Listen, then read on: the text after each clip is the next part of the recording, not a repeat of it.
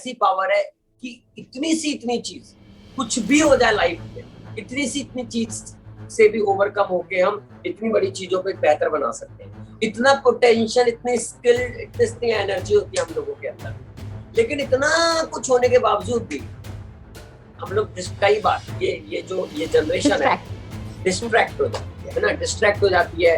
हो सकता है ट्रैप हो जाती है, इमोशनल ट्रैपिंग हो जाती है, या फिर कुछ और ट्रैपिंग हो जाती है लाइफ में।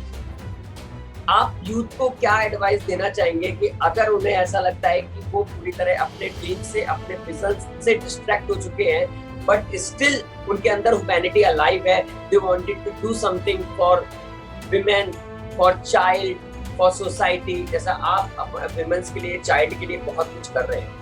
अगर कोई और यूथ भी ऐसा करना चाहता है लेकिन वो इसलिए नहीं कर पा रहा है क्योंकि डिस्ट्रैक्ट है अपने सेल्फ से, वो अपने सेल्फ से ही फाइट कर रहा है, तो वो वहां से कैसे अपने आप को बाहर निकाल सकता है? उसके लिए आपका क्या मैसेज या थॉट है आपके एक्सपीरियंस के साथ? ओके, मैं यहाँ पे 2 चीजें मेंशन करना चाहूंगी। सबसे पहली तो ये कि आप लाइफ में कहीं से कब भी स्टार्ट कर सकते हैं।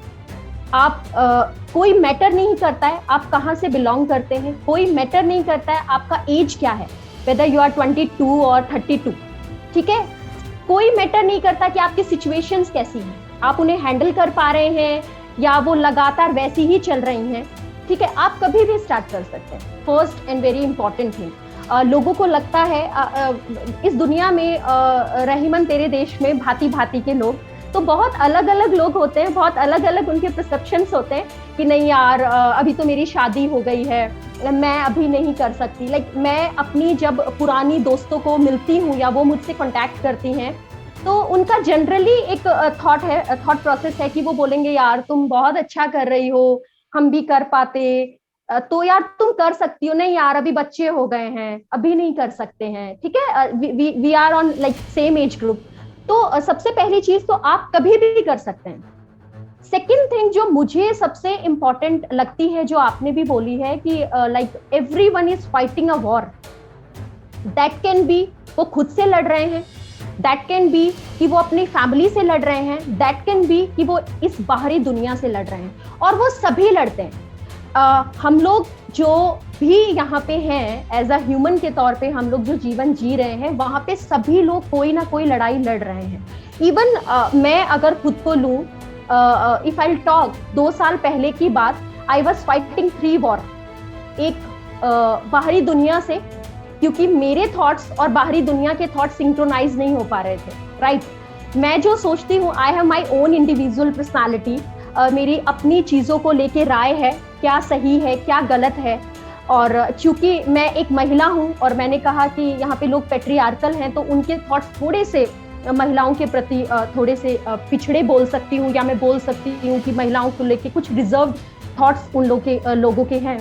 और दूसरा जो मेरा वॉर था जो लंबे समय तक चला है, वो that is with my family, मेरे अपनों के साथ। आप अपने बोल सकते हैं जिन्हें मैं सो कॉल्ड अपना कहती हूँ, जो कोई भी हो सकता है, आपके दूर के रिश्तेदार हैं या आपके पास के। एंड द थर्ड वन, इन दोनों के ट्रैप के कारण और इस लंबे स्ट्रगल के कारण जो एक वॉर जिसमें मैं आ गई थी, that was the biggest war. जो मुझे लगता है कि इन 2 वॉरों से मैं उतनी नहीं परेशान हुई जितनी मैं उस वॉर से हो गई, दैट वाज विद मी, जो मेरा खुद से था।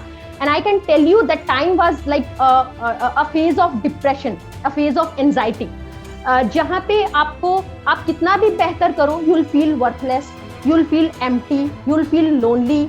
आपको लगेगा कि पूरी दुनिया में आपको कोई नहीं समझ पा रहा है, you are the only person who is struggling. और even you can say that was the phase जहाँ पे आपको ये भी रियलाइजेशन हो जाता है कि कौन आपका अपना है और कौन पराया है। वो फेज मैं बोल सकती हूँ जो खुद से लड़ाई थी, वो फेज सबसे ज्यादा बोल सकते हैं डिफिकल्ट फेज है।